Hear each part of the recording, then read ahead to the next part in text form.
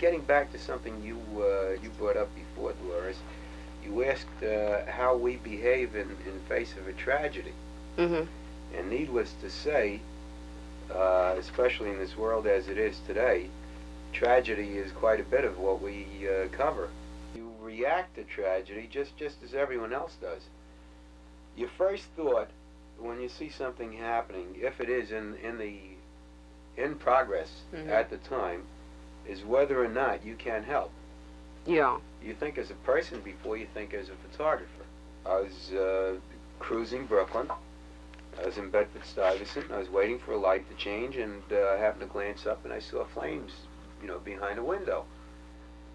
And I got out of the car, and I suddenly realized that at the next window there were three people out on the ledge. I glanced down and I realized there was already someone lying on the sidewalk. They were all going to jump. One had jumped already, and the others, awakened from their sleep by the fire, were about to jump also. And I called up to them, "Don't jump." I had a two-way radio in the car, and I said, "Don't jump. I get the fire department right away." I didn't start taking pictures. So there's one less jumper picture. Right. The world will live without it. Right.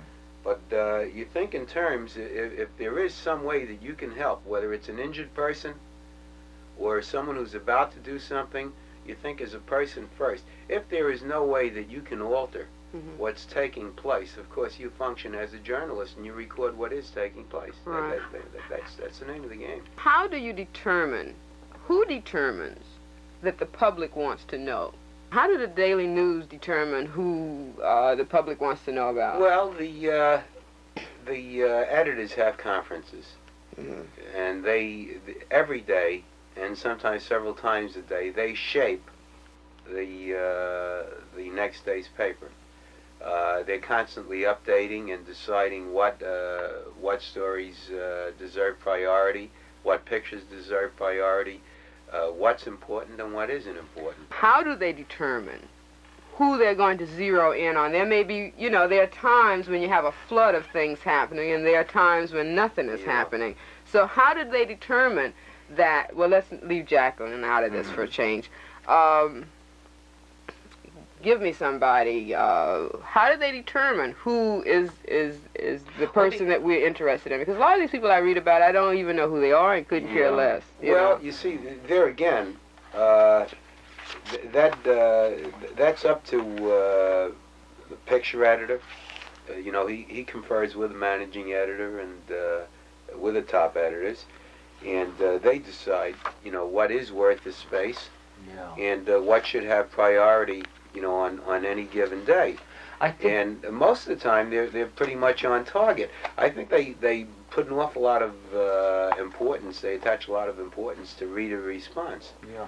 Now, surprisingly, I think that all the polls that have ever been taken aren't worth what the letters from the readers are. Years ago, when I worked for other papers, I think at that point, going back several years, I think that editors, there was a tendency to aim your paper, play it down to the reader. Almost look down towards the reader. There were too many arrows and pictures with photo diagrams that were unnecessary and, things of that sort. I think today that the papers are more sophisticated. They're becoming more sophisticated every day. And I think that they're closer to judging what the public actually wants to see in that paper every day. And I think they get a pretty good balance. Do you, Mel, because you work for a newspaper, do you have the choice in what pictures will be used, or do you just shoot and then turn it over to... To a limited degree. In other words, there's no one standing behind me looking over my shoulder when I'm out on an assignment. And I can either press that button or not press the button. But you're guided by conscience as a journalist, and more often than not, you press that button. Right, but you've pressed it, now you're back in, and you're getting Then you rely on the discretion of your editors, and just as we make our mistakes, occasionally they can make their mistakes, but they're human beings, they're not machines. Right. I'd say more often than not, they're super sensitive to what criticisms might come along if they make the wrong decision. you have to realize just what your camera can do. Now, I am of the opinion that while my attitude and my approach, more often than not, is a documentary approach, I take advantage of a situation. I think it's entirely correct for a photographer to make a social comment that's trying to be made with a camera. And you can call it editorializing if you want. Up until, I'd say only about a year ago, an awful lot of people, even those in the newspaper business, really believed that good news doesn't make news. I always doubted that. I found that I've been very lucky, as far as awards are concerned. And if I broke it down, to how many of my awards originated from spot news pictures involving tragedies and other, dramatic situations, and how many involved light feature pictures that originated, from happy events or something of that kind, I'd say that it was pretty even. And I think they recognize that now, and I think that's why they're leaning towards features more now than they ever did before. There's also a greater need for it since the demise of magazines like Life and Look. And I really don't think that it was television that killed him. I won't get into that. You don't have enough time for it. But I do believe that the newspapers have stepped in and filled that void. I think that people can pick up a newspaper now and find a good balance between feature content and hard news. Okay, let's take this phone call here and see what's happening. Hello, you on there?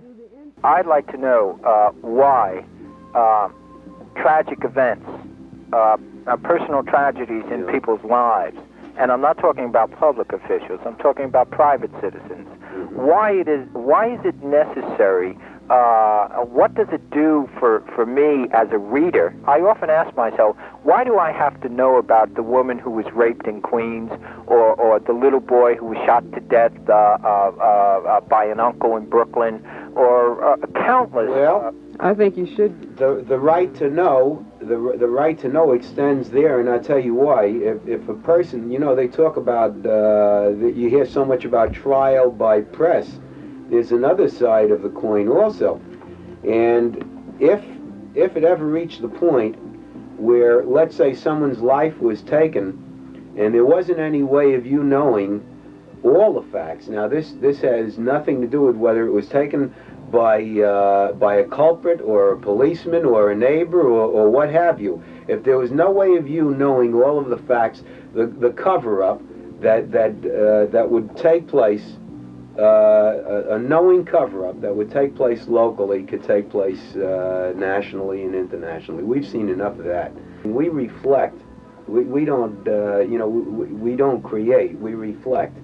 And to be entirely honest with you, we reflect everything that's happening. And I think we'd be totally unfair if we painted a rosy picture of a situation that isn't rosy. That doesn't mean that we express pessimism. In fact, I think we bend over backwards wherever possible to look for an optimistic point of view when it calls for it. But we have to call them the way we see them. And life is life, and it isn't always pleasant.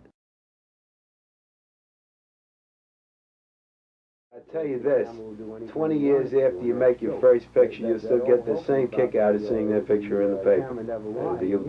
20 years later, that whatever picture happens to appear, and you've got a good one, you'll feel exactly the same about it if you're serious about photography as you did when you got that first one published. There's nothing as strong as a picture.